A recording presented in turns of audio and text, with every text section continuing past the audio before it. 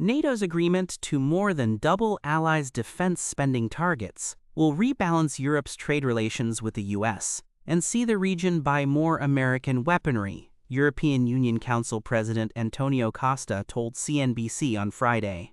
Earlier this week, NATO allies agreed to more than double their defense spending target from 2% of gross domestic product to 5% by 2035. The move has solved the main trade-related issue between Europe and the United States, Costa told CNBC's Silvia Amaro. What we have decided to do is strengthen our position and to assume greater responsibilities in our own defense. Then I think we solved already the main issue, and then I think the path is paved to solve the other issues, he said.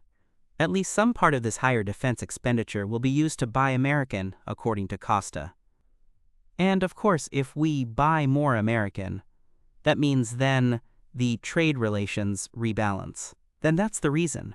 Because I have said always that we cannot separate these two negotiations about defense, that this was the most important issue for the United States and is already solved. Costa, who served as Prime Minister of Portugal up until last year, reiterated Trump's previous statements that the military agreement is a big win, adding that it effectively rebalances the burden sharing on defense. The EU is among the trade partners rushing to strike an agreement with Washington ahead of U.S. President Donald Trump's early July deadline for hiking so-called reciprocal tariffs on imports from nearly all countries.